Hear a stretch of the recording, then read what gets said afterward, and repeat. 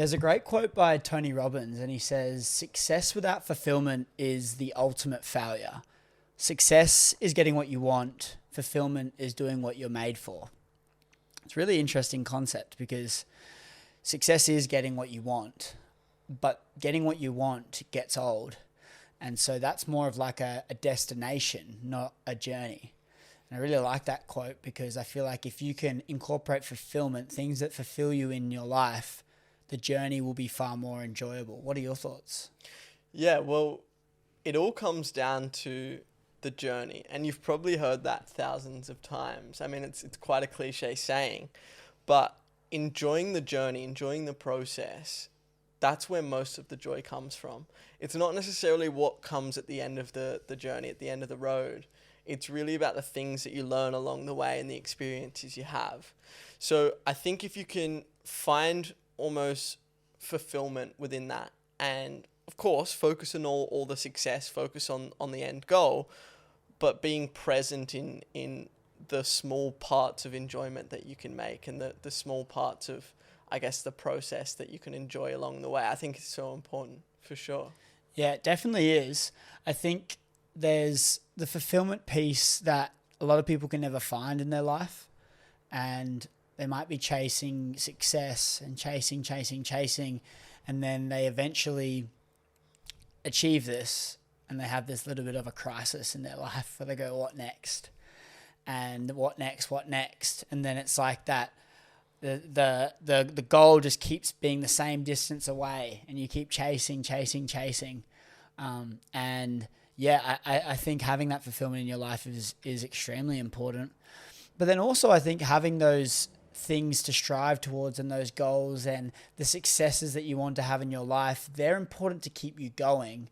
But I think the fulfillment makes that keep going more enjoyable because you're getting something that's like a little bit more special out of it. I actually responded to a question last night on my Instagram story.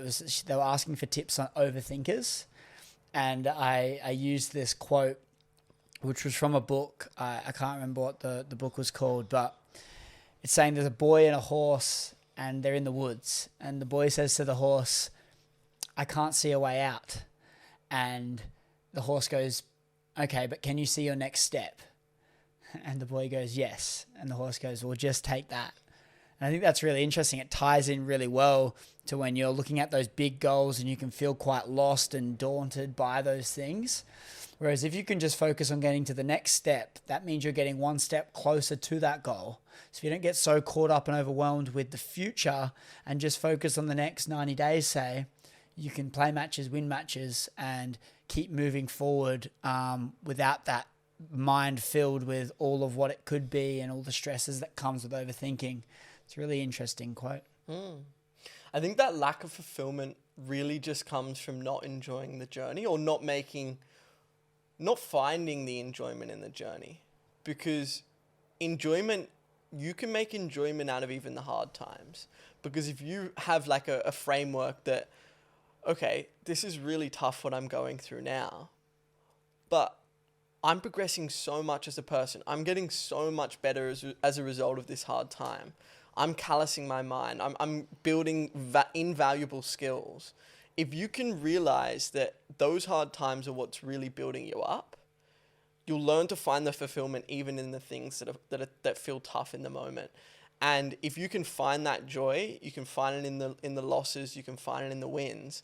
I think that's where a lot of that fulfillment comes from. But where most people lack that is when they're just focused on the goals. And I used to be like that. I am to an extent as well. I feel like it's something that's hard to eradicate altogether. But I used to be very focused on only the goals, the outcome, the end of the destination. But now I realize, because I kind of have to be like this, that I need to find enjoyment in the journey. Because if I don't, on it, like, I'll just quit. And I've done that before. I've started 2 other businesses in the past, and because I was so focused on the destination and I wasn't getting there fast enough, I just quit because I wasn't as successful as I thought I should have been. I think it's great. But then also when we talk about this in so many episodes, but about the hard times are so important to make the good times great. And looking at it as these hard times are a cost for the good times because you need them.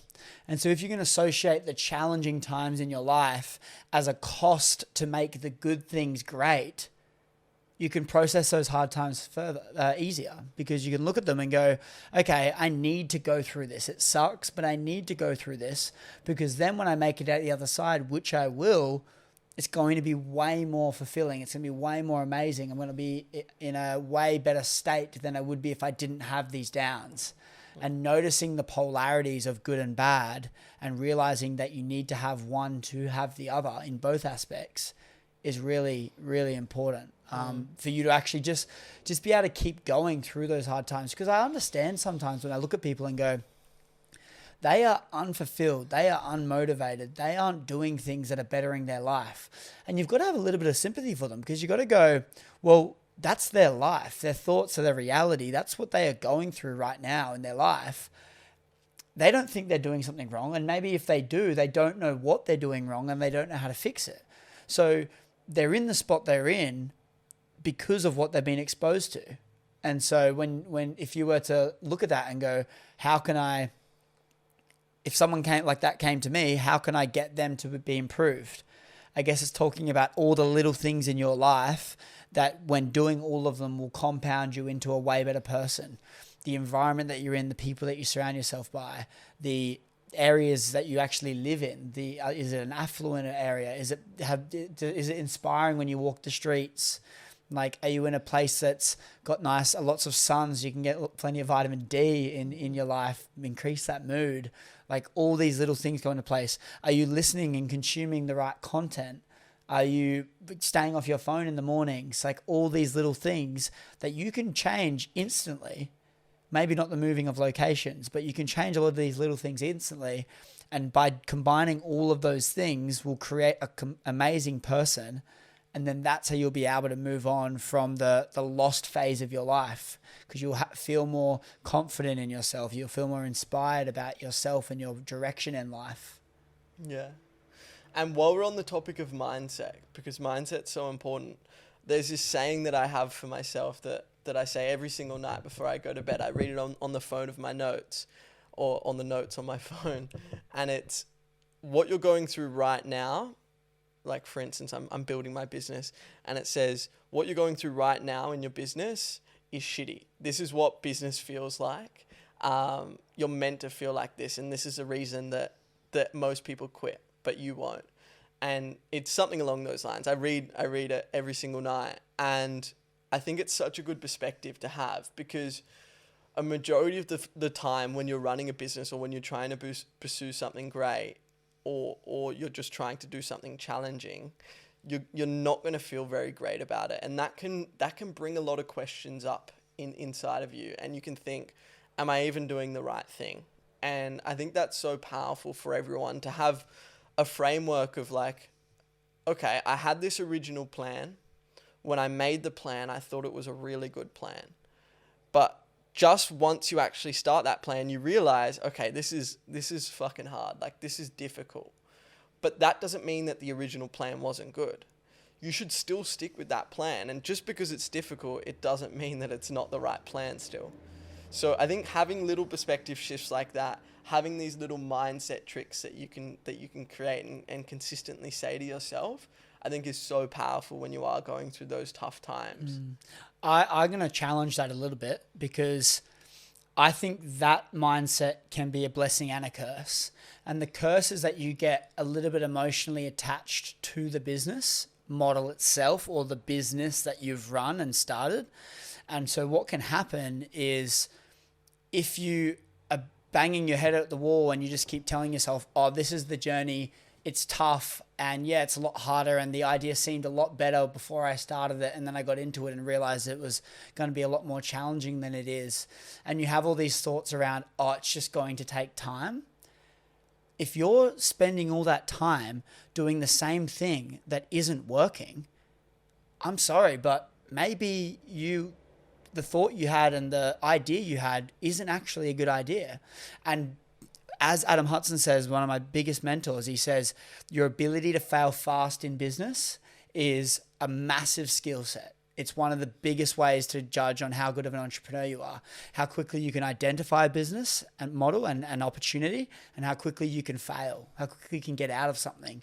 Because as soon as you're hanging on to something that might not be going to plan, and you've done a whole analysis on, okay, this is the list of things that I can go out all in on and try everything. And if all of these don't work, the business isn't the way I thought it was going to be. And I'm going to be able to hang up the boots, pack up shop, and write down all my lessons and move on to something greater or something different. If you can't have that ability to move on, you'll hang on to something for months, for years, for decades, just because of the ego and the thought of, oh no, this will work. It's just going to take time. And so I think it's a powerful thought to have when you've still got a lot of different ways to pivot the business and you still believe that the problem needs to be solved. But if you're banging your head against the wall and you're just telling yourself, it's harder than expected, but I know it's going to take some time, like really have a think about the ladder you're climbing and think about the business that you're running. And off the back of that, if you still deem that when you make it out the other side of this, if you can, is it something you want to be a part of? And if not, then quit while you're ahead, because the time is the thing that you're losing the more you drag that business on. And I'm not saying that for everyone, right? It's more of a personal thing. You got to ask the question, but it certainly can be a bit of a dark rabbit hole.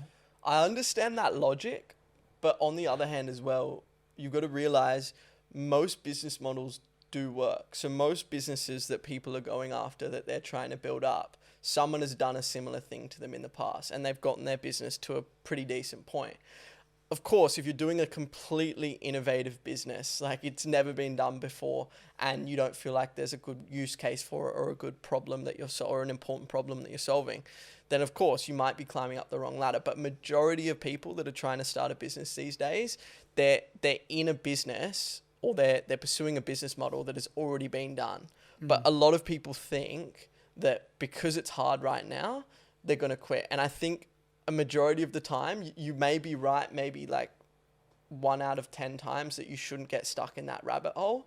But like, because there are some businesses that aren't going to work. There's going to be some things you're pursuing in life that you are just climbing up the wrong ladder. But I would say about 9 times out of 10, you just got to keep climbing. And of course, you shouldn't get stuck in that mindset of like, my ego's attached to this. I've invested so much. I don't want to quit now. It should more be the fact that if someone's done this before, there's no reason that I can't, and I'm going to keep doing it until it's successful. Because I would say 9 times out of 10 that there's a good chance if you just stuck at that business for longer, or you did that challenging thing for longer, that you would be successful in it, depending on what it is. Yeah, look, 100%. And I guess it's just asking yourself the question of, is the business that it could get to something you want to be a part of? And also just identifying the opportunity there. And like, for me, I don't want to just do a business that is like, that I have to slug away and compete against 800 other people because they're all doing the same thing. I kind of want to have that bit of innovation or uniqueness to it. Like, I really do. And and yeah, I mean, that's what's the beauty about coming with a personal brand as well, as you are unique to everything else because you're building it off you. And that's what I really like about that, because you can kind of go wherever you want. You create a book, it is unique because people aren't buying it because of its offering it. They're buying it because of you, and which is really cool. And obviously that's such the minority of businesses. But I think for me, there's so many different ways to have a business. There's so many different businesses, but like properly when you're talking about like something that's got a little bit of uniqueness to it, or something that you're trying to challenge a little bit. Like if you talk about someone that has been proved time and time again, like even when you take the principles of like e-commerce, for example, and you go, okay, it's been done before. People make millions of dollars every single month. And so someone just keeps banging away at these products. I mean, it could work eventually. You could get a unicorn. It could take off. But it's just analyzing the opportunity and the opportunity cost of investing all of your time into that thing when potentially you could be doing something else. Because if you look at like the, like, in an ideal world at a certain business, like what level could you get to? And then you look at that and go, fuck, and all the work that's associated with that. And then you look, okay, what are the other options out there? What can I do that's going to be, I'm going to learn more, I'm going to have more opportunity, I'm going to be able to branch out more. Is the business going to be sellable? Like, there's all these other factors. Is there other businesses that can stem from that business? Like, when you ask yourself all these questions, you start to actually narrow down which business models actually have opportunity, I think. Yeah, well, for instance, I started a SMMA, so it was a marketing agency. This was maybe like 2 years ago, so a little while ago. And if I had have stuck at it, I'm sure I would have gotten, like, I could have scaled the business. But in the moment, I thought, like, this is so difficult. Like, there's not much opportunity there. But like, in hindsight, I mean, I'm glad I didn't pursue it, because I love my business now and I love what I do so much more than I feel like I ever could have if I had a social media marketing agency. But if I had stuck with it, I'm sure that I would have been able to scale it up if I kept working at it. And I think that's where most people quit too early. And where I have as well. Like, I'm no better, but yeah, I think it's just really getting the perspective of, if someone's done this before, there's a very, very good chance that you're able to do it too. And just to realize that, and not get stuck in that shiny object. Because I do completely understand your logic, and I think it's so important, if you are climbing the wrong ladder, to get off that ladder and make sure that you're actually solving a real problem that has a lot of pertinence. But yeah, I think too often, even more than maybe 9 times out of 10, you're in something, or you're pursuing a challenging thing that can be done, but just most people will quit too early. Well, that's just that other topic we spoke about, having that going from unconscious incompetence to conscious incompetence. And people quit at conscious incompetence because they realize how fucking hard it's going to be. So then they drop off and they drop out of this business, and then they move on to something else, and they can never break past that conscious incompetence till they get to a little level of competency. People don't break past that. So I understand that for sure. I think when you're starting out in business, though, what's really important is to actually be able to, like, really learn the fundamental skill sets and all of the core things that are going to be transferable in any business that you do. Because then when you do that, if you're really entrepreneurial at heart and you have this creative, unique aspect to you, like, if you know all the fundamentals in business and you're a true entrepreneur that gets really creative, you're going to be able to identify an opportunity and then be able to apply that to your business knowledge, and then identify if it's actually an opportunity or not. And then that's when, like, really unique business will come in, and, like, proper entrepreneurship will come into play. And so for me, I think being able to, if I'm starting out, just unpack all the fundamentals, like learning as much as you possibly can in communication, in how business works, and how to set up a company, like learning all of these things so that then you have the foundations, and then just giving things a crack. I don't think trialing and then getting out too soon is a problem, as long as you're doing it for the right reasons. If we tie it back to the very first thing I said, is like, is it just to reach success? Why is it to be successful? Is there a why? Like, is it to help out the family? Is it just for pleasure? Are you running away from pain? Like, all these things are going to be contributors as to if you stick something out. But I think, yeah, just getting in the arena is really important, and being able to get knocked down and start again. Because what we probably haven't spoken about as well is these people that drop out when it gets difficult.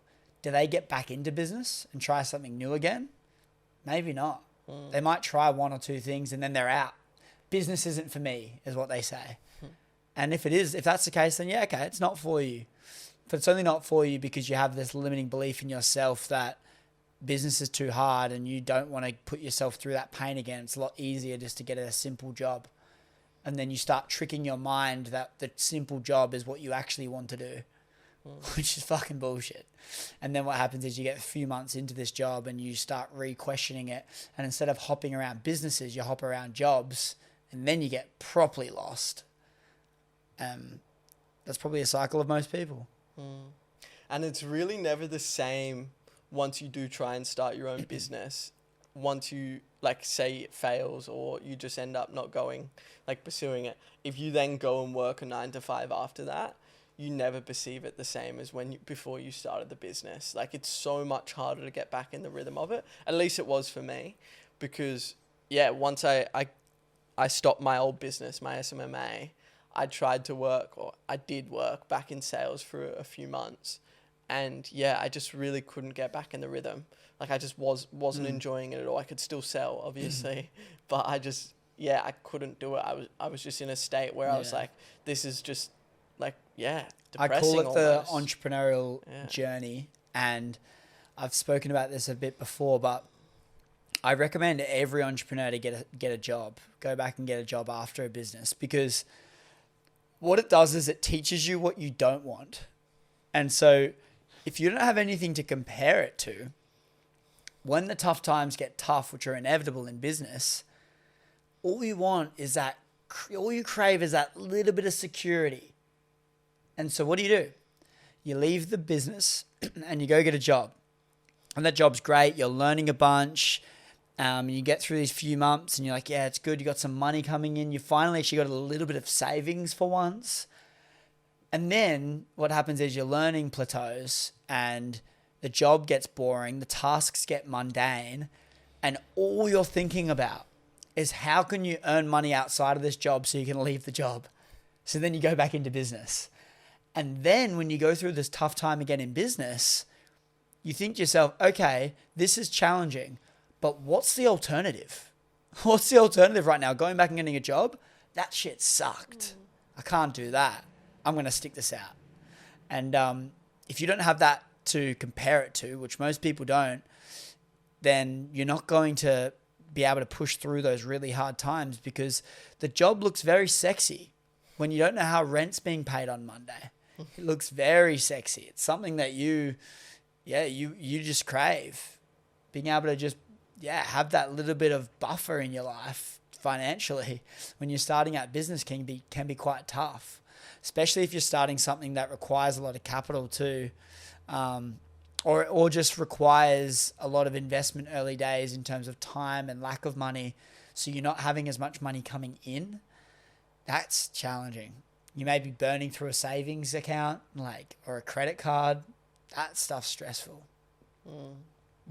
Yeah. Because I'm sure there'd be people in here that are wanting to start a business. Do you have any insight as to, because there's probably even people at the level that are like, I don't know what kind of business to start. Do I start a service? Do I start selling products? Like, what would you recommend for someone starting out, or what would you say to them? Someone early days in their business journey. Yeah. I guess it just depends on what they've done in their life as well. But I would say go get a sales job. Do an entrepreneurial apprenticeship. That's what I would say. Because if you've done a business degree, if you've not done a business degree, and you've never done a business, I'm sorry, but you don't know shit. You don't know shit. I don't care if you've done 4 years at uni studying business, studying entrepreneurship. They have got a degree now of entrepreneurship. Do you know that? Yeah. I think you actually said to me on the phone, you were looking at doing it, weren't you? Yeah, they've got a fucking degree of entrepreneurship. Yeah. That is the most bullshit thing I've ever heard in my life. You can't theoretically learn entrepreneurship. I'm sorry, you can't. And so for me, my biggest advice is go get a sales job so you can learn how to talk. Because once you can learn how to talk, then you can portray your message better. You can sound more convincing. You can sound smarter than you actually are. You can get your way out of challenging situations a lot easier because you can use your words. And sales is communication. So the more you practice your sales, the better you're going to become at communication in every area of your life. And I think that's the number one skill set that you can possibly have, because that thing does wonders.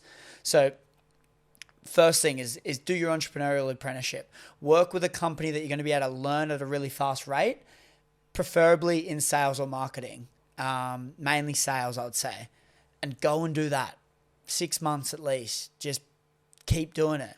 And that is tough. And if you can get through those 6 months of a full-time sales role, and you make it at the other end, you're going to be a way more tougher person, because the sales is hard and it's tough, and you'll also look back on how far you've come, and you'll be very amazed, and you'll be proud you did that role. So I would say that during that time, on the side, start learning business, learning fundamental business skills, start reading and learning from the best in the world. Learn about money and how it works. Read basic books like Rich Dad, Poor Dad.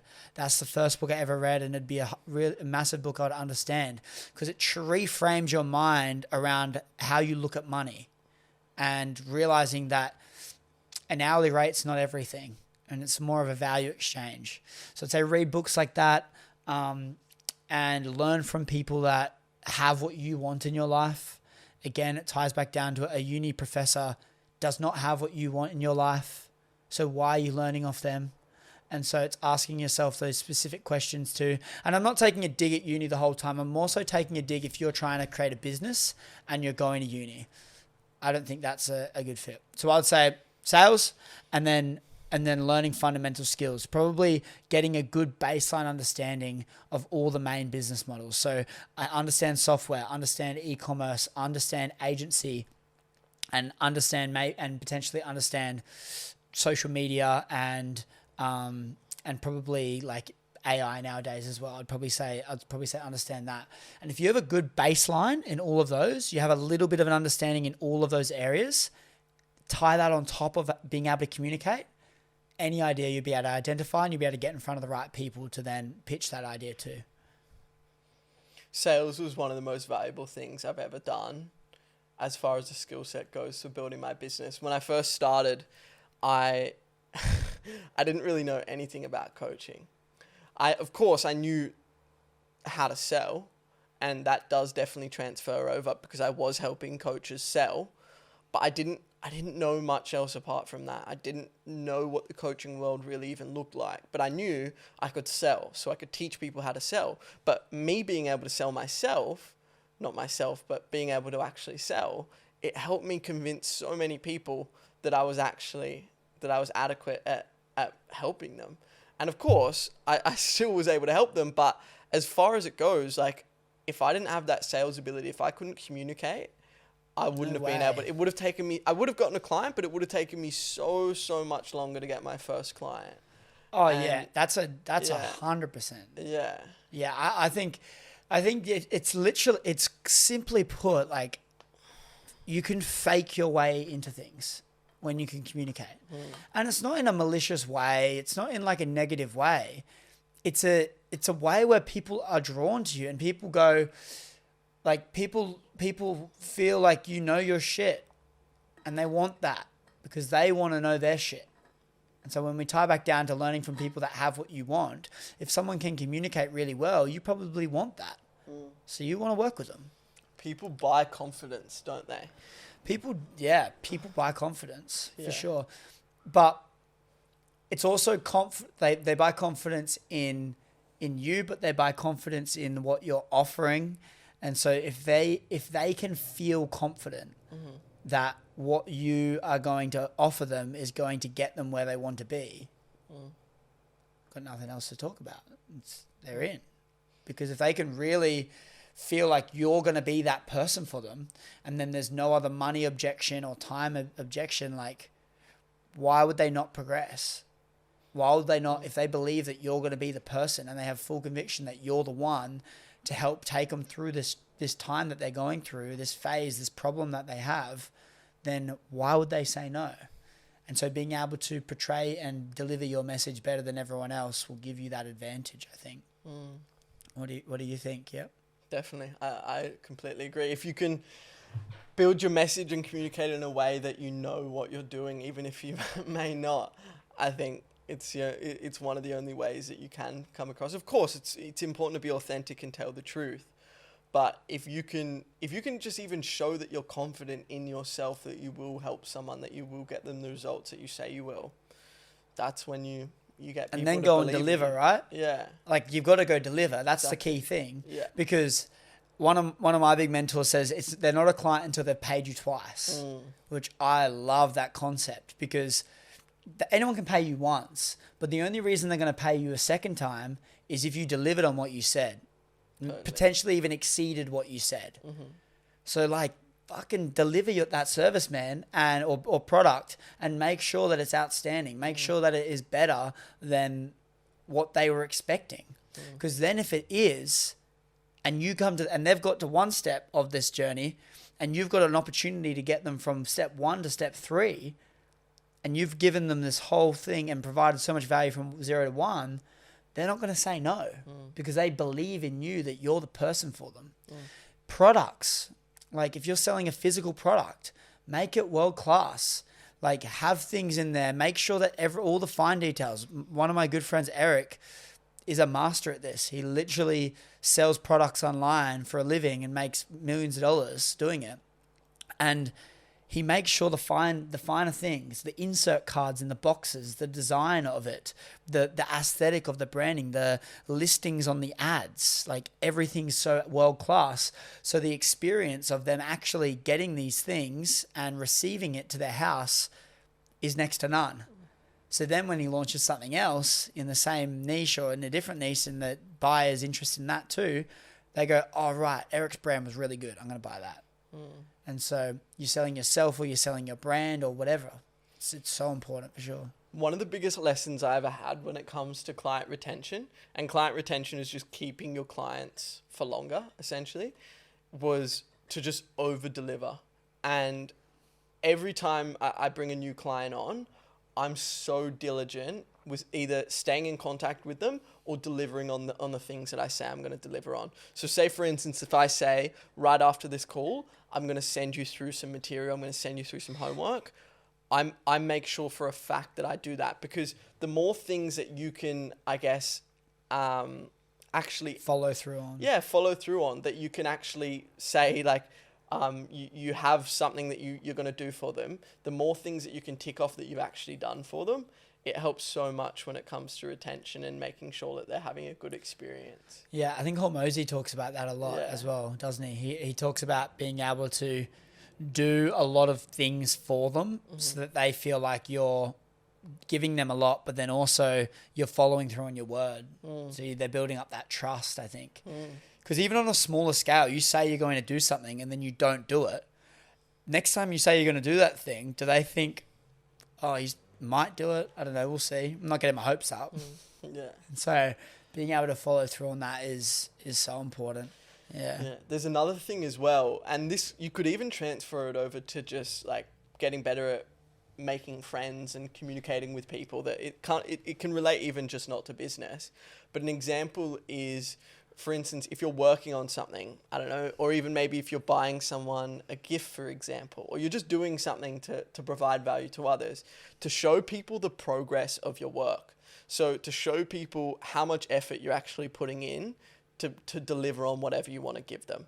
So an example could be you're working on some sort of, I guess, lead magnet for a client. And a lead magnet is just like something that they give for free. If you have like a really good idea, you should like let them know that you've been thinking about them and that you've been putting this effort in.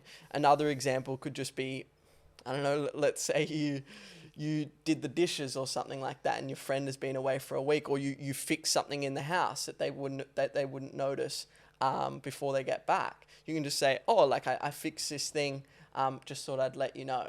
And like those little things that most people often forget about doing, you're already doing the hard work by helping them and doing whatever you said you would, but all you're doing is just letting them know, and people appreciate that so much more, because seen work is often appreciated a lot more than, of course, unseen work, because, I mean, it can't be experienced. Yeah, I would agree to some aspect. I also think there's that feeling of surprise and them noticing it is more meaningful than letting them know about anything. Like if it's a client and they receive something extra without being noticed, that's like a pretty cool feeling for them.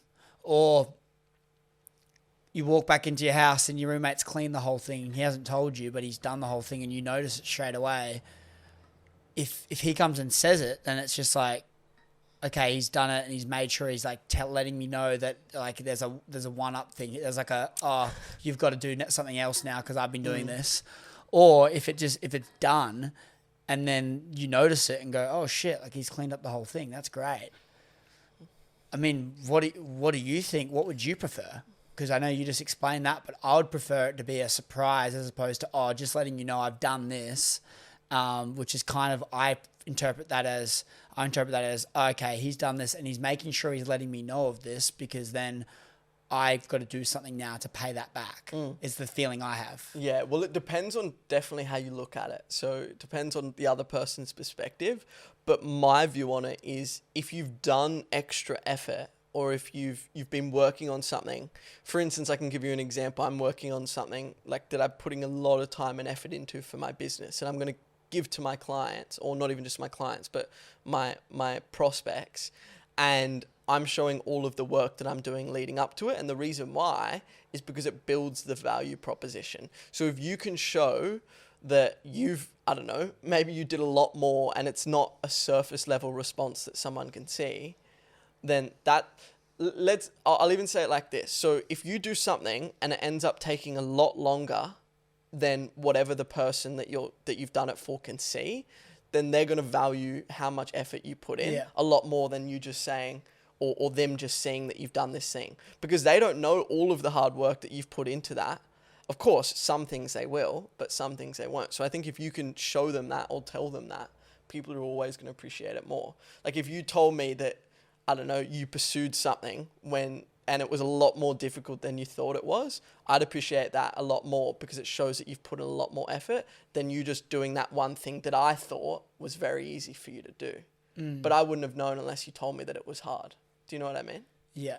Yeah. No, it makes sense. Like I get it. Yeah. I think maybe it's not as much something in my nature that I do, but it could be maybe it's shooting myself in the foot, not doing it for sure. I kind of just like to just do things and then just like, just get it done. But in saying that, like maybe it's more important to actually have something that, letting people know of the hard work that I'm doing. I just sometimes feel like it could be like a woe is me, like I'm letting you know of all this stuff. And yeah, I think leaving it can be better sometimes for me. Yeah, I know what you're saying. Like, I definitely hear your logic on it. I know it definitely works when it comes because I just think again, I go like, fuck, who cares? Like, who really cares? But when you're talking about clients, it makes sense when they're building up this value of something. But yeah, mate. Yeah, I got no more words for that topic. I got nothing else to say about that, to be honest. Well, I don't know. It's an interesting thing to consider. I don't feel I do it very much. Like, I'll do something with it. I mean, you could, this is just my perspective. You could be like, fuck no, you always tell me. Maybe I do, but I feel like I try not to make too much of an effort of it. But of course, if it's something that's a lot more difficult than it seems at the surface level, I'll let you know. I'll tell you what Janardhan does all the time. This is letting everyone in on a little bit of an insight on our relationship. He will want me to do something, and then he'll always say, "Oh, we need to do this. Like, we need to do this," knowing that he has no input on doing that thing. He's just like, "Oh, we need to do this." Like, it's beating around the bush as opposed to just like saying it straight to me. Like, "Oh, like when do you reckon you'll be able to fit that into your calendar?" Instead, he'll be like, "Oh, like, dude, we need to do this today." Or whatever. It's like, "Oh, we really need to get this going." And I'm just like, mate, just fucking tell me. Don't beat around the bush. Anyway. I guess my thing is, I don't like getting told what to do. So if you told me, you were like, "Oh, you need to do this thing," like, I wouldn't like that. So maybe that's what it is, my justification for it. Like, that, I know that's why I do it. Because I wouldn't like you to be, like, say, like, you need to do this. I'd rather hear your opinion about whether you want to do it or not, or whether you will do it, rather than saying, like, "Chris, you got to do this thing." Do you know what I mean? Yeah. So, like, yeah, it might be beating around the bush. I understand it's not like, "Oh, bro," like, I'd rather definitely do that than say you need to do this thing, because I don't like getting told That's what probably to do. like that little bit of my D personality type coming in. It's like, I feel like I'm more of an I personality, but I've got this little bit of D. It's like I'm a bit of a DI, and like there's aspects of mine that's quite direct. And that's why I'm so ruthless a lot of the time when I just say shit, because I think it's just like, I'm just like, fuck beating around the bush. But you've got a good filter though. The worst filter. It's really bad. It's a blessing and a curse, but yeah, sometimes it can get a bit at my filter can be, yeah, and that's just the reality of me sometimes as well. But I think it's got me really far in life, but it's also had its challenges too. But that's with everything. There's positives and negatives to it all, right? Totally. Is there anything else you wanted to talk about today? This is a bit of a shorter episode today. Was there any other topics we should have a quick chat about? I want to set this thing up so that I can just and I want to get your opinion on it, but everything that I do in my life now, so I'm in my early 20s, but all of the things that I do on a daily basis is so that in the future I can avoid having a shit life, so that I can avoid having a life that I'll hate. What are some things that you're doing now that's helping you avoid a future life that you'll hate, do you think? Yeah, I think it's not about a future life that I'll hate. I think it's just delaying the life that I want if I do those things. That makes sense? Explain it again. So the things that I'm doing today, I'm not doing them so I don't have a shittier life in the future. I'm doing them so I can achieve my amazing life that I want sooner. Because I'm not going to have a shitty life. It's not even a concept in my mind of having a shitty life. However, if I do things that are affecting me progressing in my life, I'm not going to achieve my dream life as quick. I'm never going to have a shitty life. I'm not. I won't even allow that concept to be in my mind. However, if I party all the time and I just chase women all the time and I do all these things with the intentions of instant gratification and short-term pleasures, I'm going to be pushing back that date where I can sit back and say, hey, mum, here's the house. Hey, dad, here's your dream car. So that ties in to answer the things that I'm doing today to allow me to not have a shitty life or allow me to achieve my dream life quicker. Is right now I'm honing in, I'm fine-tuning, I'm zoned in. I'm so focused on, I'm in hustle mode. I'm not partying. I'm getting up really early, sleep aside, which is probably a bit of a worry. I'm not sleeping enough, I would say, but I'm dedicated to my routine. I'm dedicated to my health. I'm focused on my business or businesses and trying to really, just really optimize that and balance those things that I have in my life. And so I'm really trying to hone in on that. And so the things I'm sacrificing are, probably partying, dating women, which I'm still doing here and there, but not a lot of. I'm not cold turkeying that stuff for sure. I think it's important to keep a little bit of that in my life, definitely. But that's probably the primary thing, resisting those short-term pleasures. What about you, my friend? You're giving me this smile. Yeah. What are you laughing at? I don't know. What are you laughing at? Talk to me. What was I laughing about? I I feel like is it recent? Is it something that we've just recently been talking about, or what are you laughing at? No, I was laughing about that question because I totally agree. I guess a concept. Are you laughing about the way I answered it? Because you gave me this question, I just shat on it again. Yeah, pretty much. But I was just like, shit question, man. That's honestly, that's not it. But I guess it was more so. Definitely, I think it's the perspective you have on the question. So if our perspectives seem to be skewed today, bro. They are, aren't they? We're on opposite ends, hey? Yeah. No, I think it's interesting because, you can look at the question in a couple different ways. You can answer it differently.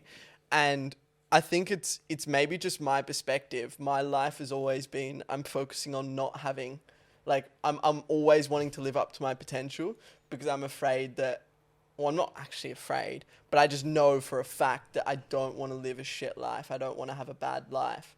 And of course, I guess the opposite way of that is just having an amazing life.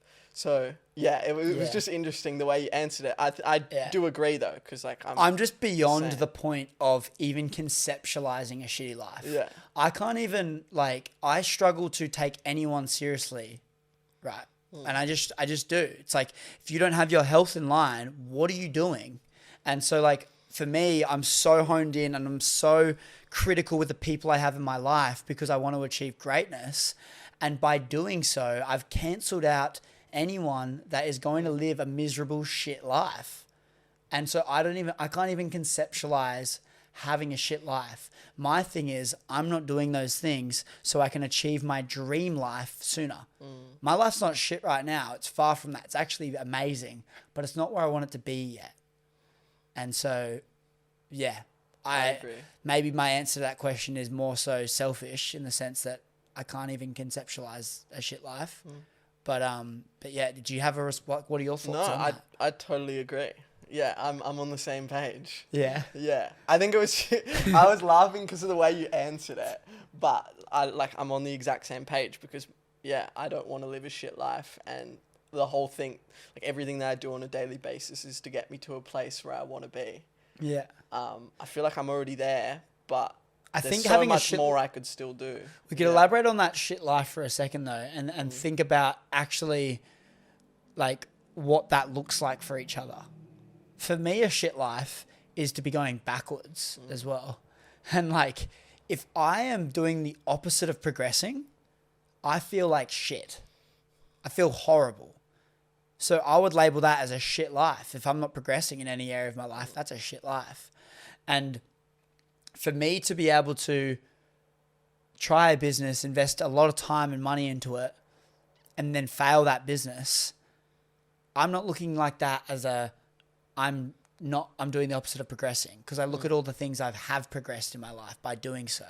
My business capability and my knowledge in the business arena has increased dramatically. So I'm not going backwards because I'm going into my next business way better than I did in this one.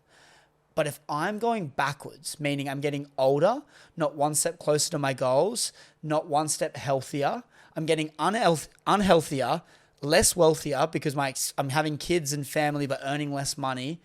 Like if I'm getting unhealthier, less wealthier, less inspired, less motivated, and laughing less and smiling less because my quality of friends aren't getting better, and I'm getting 1 day older or 1 month older, that's a shit life because I'm not getting any better, but I'm getting one step closer to dying. So that would be my definition of a shit life. Yeah, mine too. Unreal. That was a good way to end it. I think so as well. Thank you guys so much for tuning in. What is this, episode 8 now? Episode 8. Episode 8, guys. Holy. And there's thousands of you downloading the show every single month. I really appreciate you guys for tuning in. And if you're watching this on YouTube, drop a comment. But wherever you are, I said this on the last post, we can look on the back end of who's subscribing, and not very many of you are comparatively to the amount of people watching the show.